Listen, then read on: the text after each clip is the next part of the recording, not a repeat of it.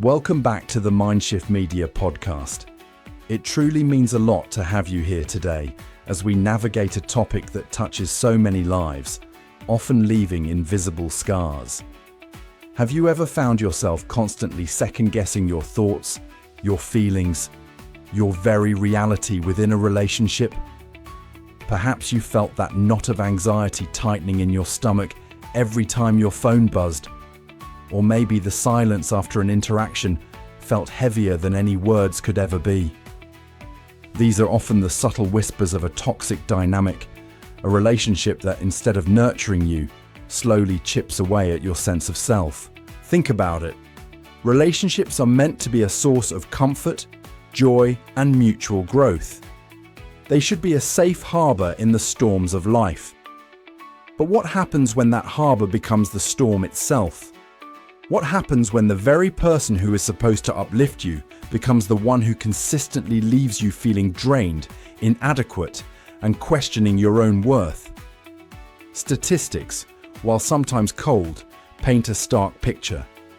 A significant number of us will, at some point, experience the insidious effects of a toxic relationship. It's a silent epidemic that can impact our mental health, our self-esteem, and our ability to form healthy connections in the future. Today, we're going to shine a light on this often shadowed experience. We're going to talk about healing, the messy, sometimes painful, but ultimately liberating journey of moving on from a toxic relationship and rebuilding a life filled with genuine connection and self-respect.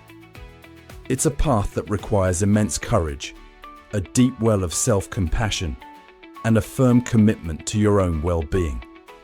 Trust me, the journey might feel daunting right now, but I want you to know, with absolute certainty, that a brighter, healthier future is not only possible, it's within your reach. I'm here to guide you as we explore these crucial steps. Before we delve into the healing process, it's vital to truly understand what constitutes a toxic relationship. It's not simply about occasional arguments or differing opinions. Every relationship has its ups and downs. Toxicity, however, is a persistent pattern of negative behaviors that systematically erode your emotional and sometimes even physical well-being. Imagine a constant drip, drip, drip of negativity. It might seem small at first, but over time, it wears away even the strongest stone. Think about relationships where you consistently feel criticized and belittled, where your opinions, achievements, and even your personality are constantly attacked or dismissed. It's that feeling of never being good enough no matter how hard you try, controlled and manipulated, where your choices are dictated, your freedoms are restricted, and you feel like you're constantly being played like a puppet on strings. This can manifest in subtle ways, like guilt tripping, or more overt forms of coercion. Disrespected and ignored, where your feelings and needs are consistently dismissed and you feel invisible or unheard. It's the painful realization that your emotions simply don't matter to the other person. Unsafe and anxious, where you constantly walk on eggshells, fearing the next outburst, the next put down, the next wave of negativity. This constant state of alert takes a tremendous toll on your mental and emotional health.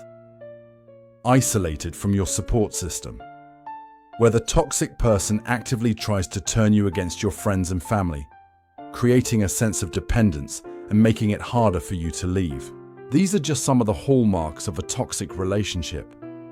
It's a dynamic where your needs are consistently unmet, your boundaries are repeatedly violated, and you leave most interactions feeling worse than you did before.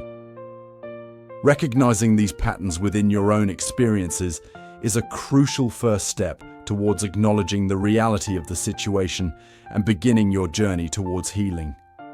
It can be incredibly painful to admit that someone you cared for or even loved was causing you such profound harm.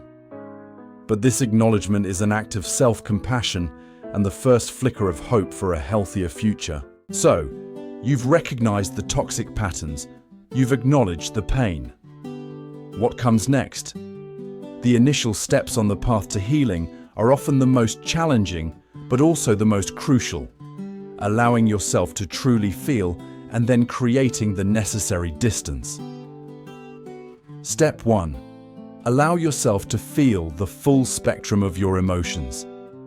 This might sound simple, but after being in a toxic environment where your feelings were likely dismissed or invalidated, allowing yourself to truly feel can be a revolutionary act.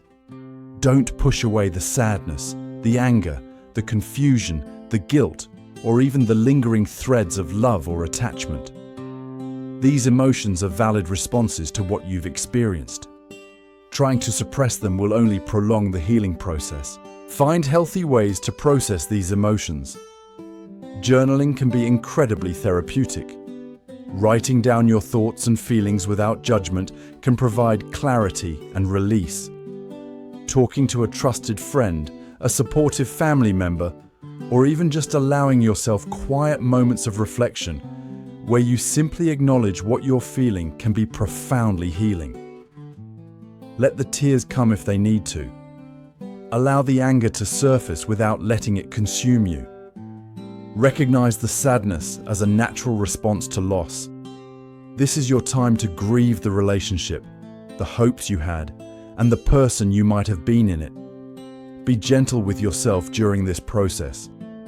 Healing is not about being strong all the time. It's about allowing yourself to be vulnerable. Step 2. Create distance, establishing physical and emotional boundaries. This is often the most difficult but absolutely essential step in breaking free from the cycle of toxicity. Distance provides the space you need to heal without being constantly re-injured. Physical distance. This means limiting or completely cutting off physical contact with the toxic person. This might involve changing your living situation, altering routines to avoid bumping into them, or even relocating if necessary. Communication distance. This involves minimizing or eliminating communication. This includes phone calls, text messages, emails, social media interactions, and even communication through mutual friends if it consistently brings you back into the orbit of the toxic person. Setting clear boundaries about communication is crucial for protecting your emotional well-being. You are not obligated to respond to their attempts to reach out. Emotional distance. This is about detaching emotionally, even if complete physical separation isn't immediately possible. For example, if you share children or have unavoidable shared responsibilities. This involves consciously choosing not to engage in their manipulative tactics, not taking their criticisms to heart, and focusing on your own inner world and healing. It's about recognizing their behavior as a reflection of them, not of you. Creating this distance is an act of self-preservation. It's about creating a safe space for yourself to breathe, to process, and to begin rebuilding. It might feel lonely or even anxiety-inducing at first, especially if the toxic person was a significant part of your life. But remember, this temporary discomfort is an investment in your long-term peace and happiness.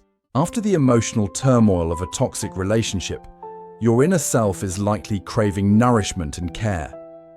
This is where the practice of radical self-care becomes absolutely vital. Think of it as tending to a garden that has been neglected. It needs consistent attention, nourishment, and gentle care to flourish again. Self-care isn't about bubble baths and face masks, although those can certainly be a part of it. It's about intentionally engaging in activities that support your physical, emotional, and mental well-being. It's about prioritizing your needs and recognizing that you deserve to feel good. Physical self-care. This involves taking care of your body. Are you getting enough sleep? Sleep deprivation can exacerbate anxiety and depression.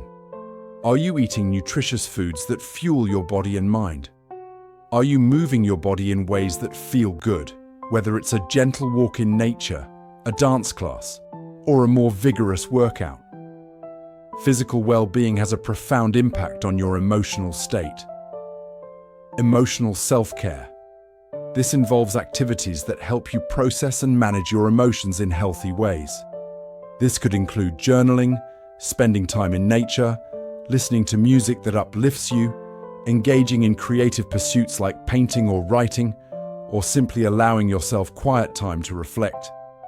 It's about creating space for your feelings without judgment. Mental self-care. This involves activities that stimulate your mind and help you feel engaged and positive. This could include reading, learning a new skill, engaging in hobbies, practicing mindfulness or meditation, or spending time with people who uplift and support you. It's about actively nurturing your mental well-being and challenging negative thought patterns. Remember, self-care is not a luxury. It's a necessity, especially during the healing process. It's about reminding yourself that you are worthy of care and attention. It's about rebuilding your strength from the inside out. Start small. Choose 1 or 2 things each day that nourish you, and gradually build from there. Be patient with yourself and celebrate every act of self-care as a step towards healing. Toxic relationships often thrive in isolation. The manipulative tactics used can slowly erode your connections with the people who care about you, leaving you feeling dependent on the toxic person. Reconnecting with your support system is like finding your way back to a safe harbor after a long and difficult storm. Reach out to your friends, your family, people who have always been a source of love and support in your life. Share your experiences when you feel ready. You don't have to go through this alone. Allow them to remind you of your worth, your strength, and the positive qualities that the toxic person tried to diminish. Your support system can provide validation, hearing that your feelings are valid and that what you experienced was not okay, can be incredibly healing. Emotional support, having people who will listen without judgment, offer comfort, and simply be there for you, can make a world of difference. Perspective. Loved ones who are outside of the toxic dynamic can offer a clearer perspective on the situation and help you see things you might not have been able to see while you were in it. Distraction and joy. Spending time with supportive people can bring laughter, joy, and a welcome distraction from the pain of the past. Don't be afraid to lean on your support system. It's a sign of strength to ask for help when you need it. If you feel like you don't have a strong support system, consider joining support groups or online communities where you can connect with others who have had similar experiences. Building new connections with people who understand can be incredibly empowering. Remember, you are not alone, and there are people who care about you and want to support your healing journey. One of the insidious effects of a toxic relationship is that it can often lead to a profound loss of self. You might have suppressed your own needs, abandoned your hobbies, and even compromised your values to try and appease the other person. Healing is also about the beautiful process of rediscovering who you are outside of that relationship. It's about reclaiming your authentic self and reigniting the passions that bring you joy and fulfillment. Think back to who you were before the relationship. What did you enjoy doing? What were your dreams and aspirations? What made your heart sing? Now is the time to revisit those parts of yourself that might have been dormant for a while. Explore old hobbies. Dust off that old guitar, pick up your paintbrushes again, or revisit that book you always meant to finish. Engaging in activities you once loved can reconnect you with a part of yourself that brings joy and satisfaction. Discover new interests. This is also a wonderful opportunity to explore new hobbies and interests. Try that pottery class you've always been curious about. Join a hiking group or learn a new language. Stepping outside of your comfort zone and trying new things can be incredibly empowering and help you discover new facets of yourself. Reconnect with your values. Reflect on what truly matters to you in life. What are your core values? Living in alignment with your values is essential for a sense of purpose and fulfillment. Make conscious choices that honor what is important to you. Set new goals. Setting new goals for yourself, both big and small, can give you a sense of direction and purpose. These goals can be related to your career, your personal growth, your health, or your relationships. Working towards something positive can be a powerful antidote to the negativity of the past. This process of self-rediscovery is an exciting journey of growth and empowerment. You are not defined by the toxic relationship you experienced. This is your chance to redefine yourself, to create a life that is authentic, fulfilling, and truly yours. Healing from a toxic relationship is not just about recovering from the past. It's also about equipping yourself with the tools to build healthier relationships in the future. A crucial part of this is learning to set and maintain healthy boundaries. Boundaries are essentially guidelines that you establish to protect your physical, emotional, and mental well-being in your interactions with others. They define what you are comfortable with and what you are not. Learning to set and enforce boundaries is a powerful act of self-respect and a key to preventing future toxic dynamics. Know your limits. Take time to reflect on what your boundaries are. What behaviors make you feel uncomfortable, disrespected, or drained? Understanding your limits is the first step in setting boundaries. Communicate clearly and assertively. Once you know your boundaries, communicate them clearly and assertively to others. Use I statements to express your needs and limits without blaming or accusing. For example, I feel disrespected when I'm interrupted, and I need you to listen when I'm speaking. Be consistent. Setting boundaries is only effective if you enforce them consistently. This means being prepared to say no, to limit contact, or to remove yourself from situations where your boundaries are being violated. Don't feel guilty. It's common to feel guilty when setting boundaries, especially if you're used to prioritizing others' needs over your own. Remember that setting boundaries is not selfish.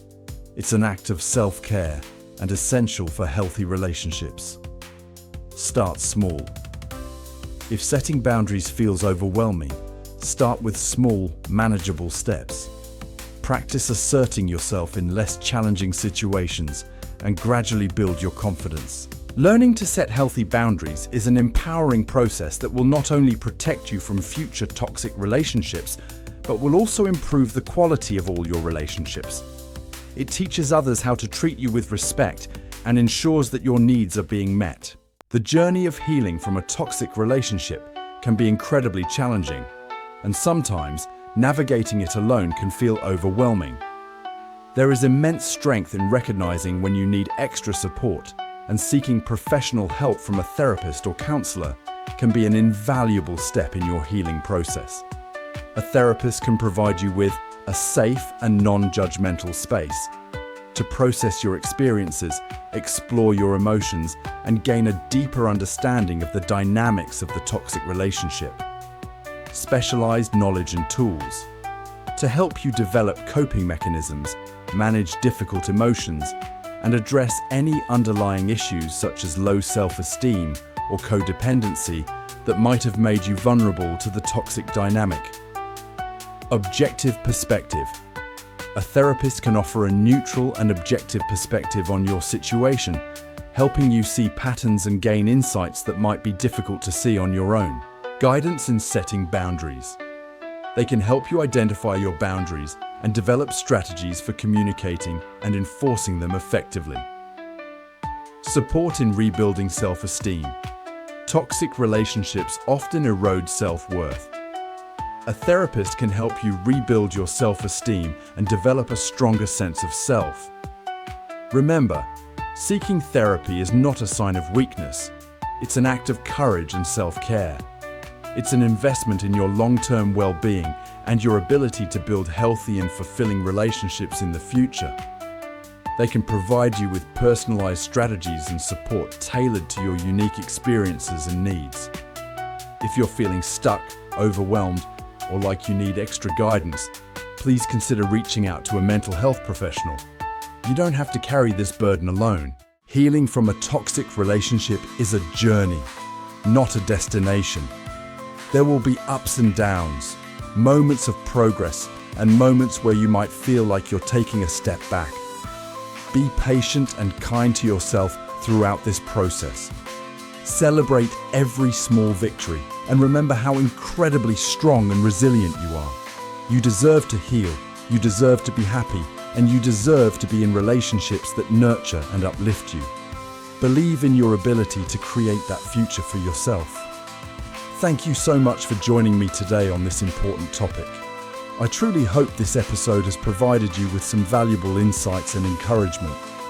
If you found this helpful, please like this video, subscribe to our channel for more content on mental health and well-being, and hit the notification bell so you don't miss out on future episodes.